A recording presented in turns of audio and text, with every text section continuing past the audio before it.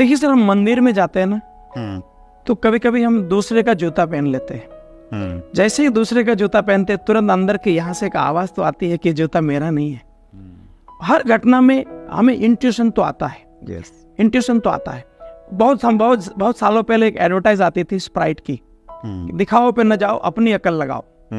तो कोई भी कुछ भी दिखाने वाला तो कुछ भी दिखाता रहेगा। अब हमें अपनी अकल लगानी है और यहाँ की आवाज को भी सुनना है। मेरा ऐसा मानना है कि यहाँ की आवाज आपको बताती है कि ये सही है कि नहीं है, लेकिन उस आवाज को कभी कभी हम लालच और डर के कारण इग्नोर कर देते हैं। तो वो वही मेन कारण है। और 4 पॉइंट के बजाय मैं आपको 2 ही पॉइंट में उनका जवाब दूंगा कि दो पॉइंट सिंपल है कि मैंने इस उद्योग को कैसे डिफाइन किया। सर, मेरे लिए नेटवर्क मार्केटिंग मतलब पैसा दिया, सामान मिला, काम किया तो पैसा मिला। ये नेटवर्क मार्केटिंग का एकमात्र डेफिनेशन है। पैसा दिया तो सामान मिला, जितना पैसा दिया उसका उस सामान ले लिया, जो चाहिए था ले लिया। ठीक है। अब मैंने काम किया तो पैसा मिला। बस अगर ये इससे अलावा कुछ भी है तो नेटवर्क मार्केटिंग नहीं है। वो कुछ भी हो सकता है, सही गलत मेरी हैसियत नहीं है, लेकिन वो नेटवर्क मार्केटिंग को तो नहीं है। नंबर 1। नंबर 2, पैसा जो भी प्रोडक्ट मैंने एक बार लिया था वही प्रोडक्ट मैं दोबारा खरीदता हूँ। ये दुनिया का सबसे बड़ा प्रोडक्ट का सर्टिफिकेट है। अगर मैं कोई भी कंपनी के बारे में जब ये बात करता हूँ तो मैं बोलता हूँ ये 2 पॉइंट वहाँ सेट हो रहे हैं क्या। अगर पैसा दे रहा हूँ तो सामान मिल रहा है, काम करूँ तो पैसा मिल रहा है, तो वो एक नेटवर्क मार्केटिंग सही होने का एक पॉइंट हो गया। दूसरा, उस कंपनी का प्रोडक्ट क्या ऐसा है जो लोग दोबारा बिना कोई अपनी मर्जी से ले रहे, तो ये काफी मदद हो जाएगी कि नेटवर्क मार्केटिंग कंपनी सही है, उसको समझना। That's great. पहली चीज तो आपने बोली कि लालच में हमें बिल्कुल नहीं जाना है। लालच होगा कहीं ना कहीं, और हमें लगता भी है कई बार हमें लगता है कि यार ये है तो गलत, लेकिन चल मेरा तो पैसा, कई बार इन्वेस्टमेंट में चले जाते हैं ना लोग, चलो मेरा तो आ ही जाएगा यार, तो उस लालच में कहीं ना कहीं आ जाते हैं। तो पहला तो उस लालच से बचना है। अंदर की आवाज अंदर की आवाज को इग्नोर ना करेंगे तो कभी चीटिंग होने का चांस नहीं। मेरे साथ कई सारा ऐसा हुआ है सर। मेरी जर्नी में कई सारे लोगों ने मुझे डिफरेंट ऑफर दिए, लेकिन यहाँ की आवाज ने मुझे हमेशा बचा लिया। और कभी कभी तो मेरे घर में उसके कारण झगड़े भी हुए। मेरी वाइफ, अभी एक बंदे ने मुझे कुछ अप्रोच किया था उस जमाने में, मैंने उसको डिनाई कर दिया क्योंकि यहाँ आवाज में मना कर दिया कि ये नेटवर्क मार्केटिंग सही कंपनी नहीं है। तो मैंने डिनाई कर दिया, लेकिन क्योंकि वो जान पहचान वाला था तो वो उसमें 6 महीने में कुछ बड़ा पैसा कमा लिया। वो स्टेटस में डालता था बड़ी चीजें। मेरी वाइफ स्टेटस देख के बोलती देख इसका स्टेटस। मैं बोलता था और 6 महीना रुक जा, मालूम पड़ेगा। तो यहाँ की आवाज बचा लेती है। That's wonderful sir. अगला प्रश्न लेता हूँ सर। राकेश चौहान का प्रश्न है, लोग लालच में कंपनी बदल देते हैं, ऐसे लोगों का कोई समाधान है जो बदलते हैं और बदलवाते हैं? इसका कोई समाधान नहीं है सर। दुनिया में ये चीटिंग वाला काम कब तक बंद नहीं होगा, जब तक लोग लालच और डर में नहीं आएंगे। लालच और डर में लोग रहेंगे तब तक इस दुनिया में हर बिजनेस में, हर प्रकार के कामों में ये चीटिंग वाला मामला होता ही रहेगा।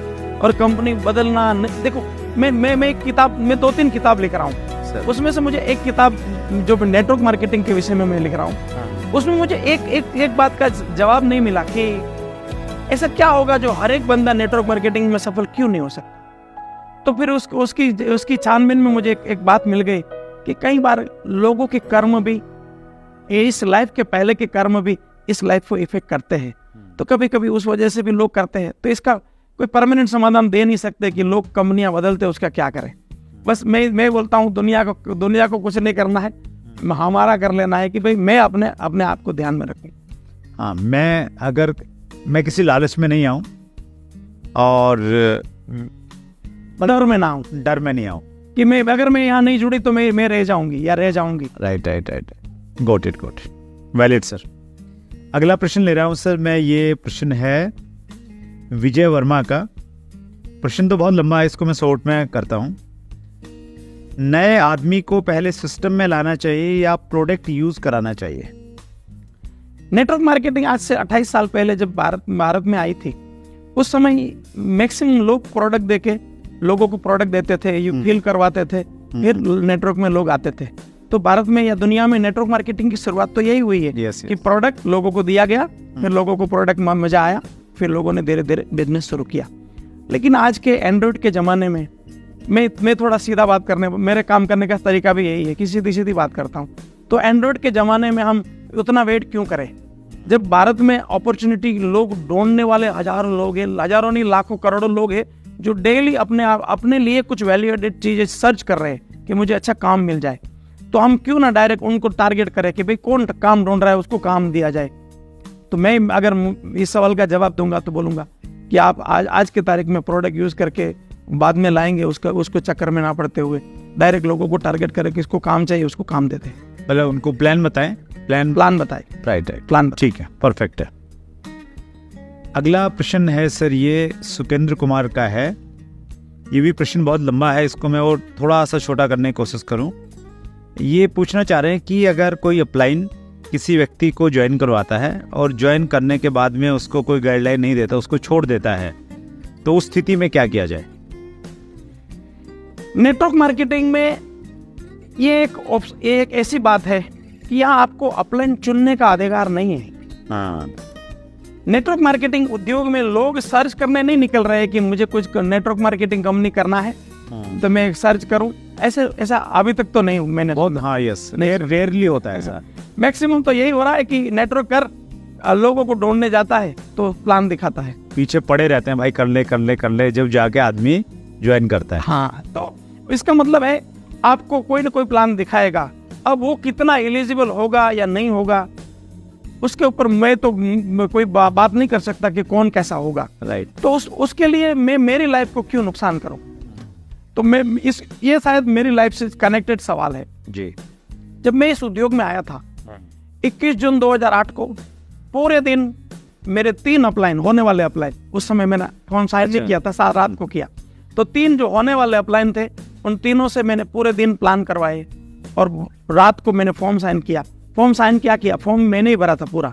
अच्छा। और ऑनलाइन भी मैंने ही किया था मेरा फॉर्म। मतलब मैंने 21 और 21 जून को पूरा दिन प्लान करवाया, 22 जून बाकी चीजें सीखा और 22 जून शाम को उनको मैं अलविदा किया और सारी चीज में अपने आप को एक्वायर किया। और 22 जून के बाद मैंने शायद अपलाइन को जिंदगी भर अपलाइन के साथ एक बहुत शानदार रिश्ता रहा।